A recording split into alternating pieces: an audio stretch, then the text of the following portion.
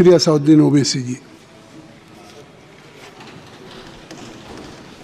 शुक्रिया मोहतरम चेयरमैन साहब, आपने मुझे बोलने का मौका दिया। मैं शुरुआत में बताना चाह रहा हूं कि मैं हुकूमत की तरफ से लाए गए इस रेजोल्यूशन की मुखालिफत में बोल रहा हूं और मैंने अमेंडमेंट्स भी दिए हैं प्रेजेंट एड्रेस के लिए। और चेयरमैन साहब, आप उर्दू को जानते हैं, किसी एक शायर ने शायद बरसर इख्तिदार जमात के लिए ये शेर कहा होगा कि उसूल बेचकर मसनद खरीदने वालों, निगाह अहले वफा में बहुत हकीर हो तुम, वतन का पास तुम्हें था न होगा कभी, कि अपने हिर्स के बंदे हो बेज़मीर हो तुम, इज़्ज़त नफ्स किसी शख्स की महफूज नहीं, अब तो अपने ही निगहबानों से डर लगता है, डंके की चोट पे जालिम को बुरा कहता हूँ, मुझे सूली से न जिंदानों से डर लगता है। मोहतरम चेयरमैन साहब, मैं आज इन लोगों की तरफ से बोल रहा हूँ जो दिखते तो हैं, जिनके बारे में बात तो होती है मगर उनकी कोई नहीं सुनता। मैं उनके बारे में बोल रहा हूँ जिनके बारे में वज़ीर आज़म मोदी ने कहा था कि घुसपैठी है। मैं उन बेटियों और माओं के बारे में कह रहा हूँ जिनके बारे में मोदी ने कहा कि ज़्यादा बच्चे पैदा करते। मैं उन मासूम नौजवानों के बारे में कह रहा हूँ जिनको मॉब लिंचिंग के ज़रिए मारा जा रहा है। मैं उन बेज़ुबान माँ और बाप के बारे में बोल रहा हूँ जिनकी औलाद आज इस हुकूमत के गलत कानून के चक्कर में जेलों में सड़ रहे हैं। सर, मैं दस्तूर जब इस ऐवान में बन रहा था, संविधान बन रहा था, तो उस वक्त अलहदा वोटर लिस्ट और इंतखाबी रिजर्वेशन की बात आई, तो उस वक्त के हमारे फाउंडिंग फादर्स ने, हमारे बुजुर्गों ने, दोनों समुदाय के हिंदू और मुसलमानों ने फैसला किया कि हम इस पर राजी नहीं होंगे। बल्कि उन्होंने क्या कहा था हमारे फाउंडिंग फादर्स ने, उन्होंने मुखालिफत की थी अलहदा वोटर लिस्ट की और इंतखाबी रिजर्वेशन की। उन्होंने कहा था, I quote sir, it is the duty of majority community to ensure that minorities are elected in the representative numbers. BJP मुसलमानों की नफरत पर जीतती है और मुसलमानों के नाम निहाद मसीहा मुसलमानों के 90% ज़्यादा वोट हासिल करते हैं, मगर फिर भी इस ऐवान के दरवाजे नहीं खुलते मुसलमानों के लिए और सिर्फ 4% मुसलमान जीत कर आते हैं। सर, संविधान सिर्फ एक किताब नहीं है जिसे चूमा जाए, संविधान एक किताब नहीं है जिसे दिखाया जाए, संविधान एक सिंबल भी है, मगर संविधान एक हमारे बुजुर्गों के ख्वाबों की किताब है। हमारे जमहूरियत को हमारे बुजुर्गों ने इस तरह समझा, हमारे फाउंडिंग फादर्स ने इस तरह जमहूरियत को समझा कि इसमें हर समुदाय और मजहब और समाज के मानने वाले लोगों की राय को शामिल किया जाएगा इस मुल्क को चलाने के लिए, मगर इस ऐवान में सिर्फ 4% मुसलमान जीत कर आते हैं। मैं संविधान से जो मोहब्बत के दावे करते हैं उनसे कहूंगा कि कभी उठाकर पढ़ो कॉन्स्टिट्यूएंट असेंबली डिबेट्स में कि नेहरू ने, H.C. मुखर्जी ने, सरदार हुकुम सिंह ने माइनॉरिटीज के बारे में क्या कहा था। सर, वतन अजीज का मुस्तकबिल कैसा होगा जब बीजेपी मुझे गायब करना चाहती है और दीगर हिज़्ब इख्तिलाफ की पार्टियां के लिए मेरा वजूद सिर्फ वोट डालना और अपनी खबर में जाकर सो जाना है। इसीलिए आप देखते हैं कि समाजी इंसाफ है सर कि 4% मुसलमान जीत कर आते हैं। सर, इस ऐवान में ओबीसी समाज के एमपी अब अपर कास्ट के एमपी के बराबर हो चुके हैं। ओबीसी समाज के एमपी अब अपर कास्ट एमपी के बराबर हो चुके हैं और 14% मुसलमान सिर्फ 4% जीत कर आते हैं। CSDS का डेटा यह बताता है कि इस मुल्क में जो वोट बैंक है, जो एक मुश्त वोट डालता है, वो अपर कास्ट का है। मुसलमान का कभी ना वोट बैंक था ना कभी रहेगा।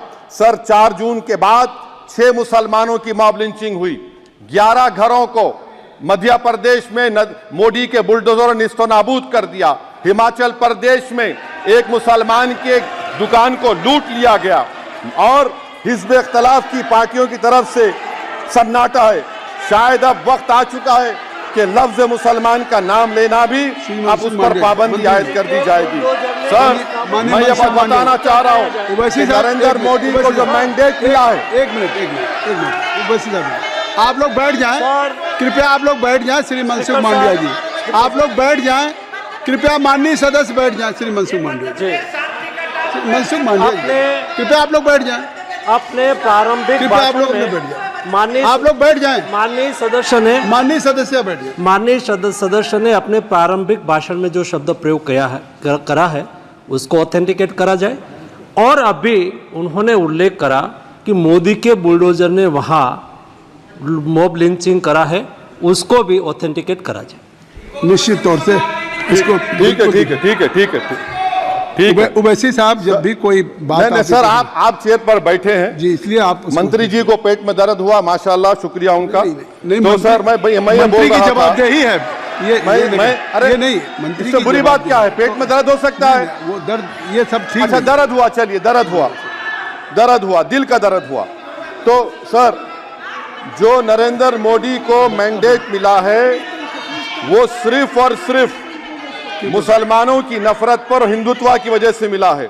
आई would like to say it is not Modi's in doc but every single person voted him despite his anti Muslim voice. And I would like to tell the opposition parties this is not a moral victory for you, this is a victory of majoritarianism. Everyone should contemplate and do introspection. Why is it that the OBCs and the upper caste are getting their due representation? Why are the Muslims not getting? Are we here only to vote for you and not to get elected? If that is the case, please tell us that we are only here to vote for you. Sir, आज भारत के आधे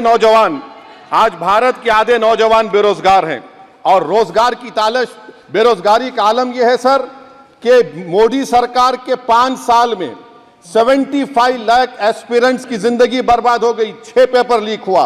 बेरोजगारी का आलम यह है sir कि Russia जा रहे हैं, वहां जाकर अपनी जानों को दे रहे हैं। बेरोजगारी का आलम यह है कि नरेंद्र मोदी रोजगार का कैंप चलाती है नौजवानों के लिए कि तुम इजराइल में जाकर काम करो, उनको कैनन फॉडर बना रही है ताकि फलस्तीनियों की जायदादों को हड़प कर सके। ये भी कंक्लूड करें। अरे सर मेरा टाइम है, कहाँ टाइम है सर? आप ये टाइम ले लिए मेरा सर, मैं 2 मिनट दीजिए। ये विश्वगुरु की पॉलिसी है। इजराइल को 27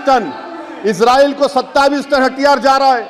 9 मिलियन भारत के लोग गल्फ में काम करते हैं, क्या असर पड़ेगा? 47,000 इजरायली फलस्तीनी मार चुके हैं। क्या है हमारी पॉलिसी सर? क्यों हथियार दे रहे हैं सर? नस्लकशी हो रही है। सदर जमहूरिया के खुतबे में राष्ट्रपति के सर, मैं उसी पे बोल रहा हूं सर, उसमें लिखा हुआ है फॉरेन पॉलिसी के ऊपर, आप पैराग्राफ नंबर 25 देख लीजिए। सदर जमहूरिया में सैचुरेशन अप्रोच है। क्यों नहीं मोदी सरकार माइनॉरिटीज को तीनों स्कॉलरशिप को डिमांड करती है सर? उसको आपने बजट कम कर दिया सर। बनारस का बुनकर 18 महीने से मंडी का शिकार है, सूरत और बेंगलुरु जा रहा है सर। आखिरी बात कंक्लूड कर रहा हूं, आखिरी बात सर, पनून केस में निखिल गुप्ता, मोदी ने कहा था कि हम घर में घुसकर मारा, तो निखिल गुप्ता को किसने ऑर्डर दिया था पनून को मारने का? अगर नहीं दिया तो उसको बचाइए, और अगर दिया नहीं तो फिर उस पर पीएमएलए क्यों नहीं लगाकर? सर समाप्त करो। कमेटी बनाई आपने, उसका क्या हुआ? सर हम एससीओ को नहीं जा रहे। सर मैं आपको बता रहा हूं कि मैं अपनी इस तकरीर को टीपू सुल्तान की नजर, सुनिए सर, अब हो गया खत्म कर रहा हूं सर। मैं अपनी तकरीर को टीपू सुल्तान के नजर कर रहा हूं। ये टीपू सुल्तान की फोटो है, क्या आप इससे भी नफरत करेंगे सर? ये संविधान में टीपू सुल्तान की फोटो है जिस पर वल्लभ भाई पटेल ने साइन किया, श्यामा प्रसाद मुखर्जी ने साइन किया। ये आपकी नफरत है सर। आखिर में मैं अपनी बात को खत्म कर रहा हूं इस शेर पर कि क्या दिन दिखा रही है सियासत की धूप छांव। जो कल सपूत थे वो कपूतों में आ गए, थे इस कदर अजीम के पैरों में ताज थे, इतने हुए जलील के जूतों में आ गए। बहुत बहुत शुक्रिया।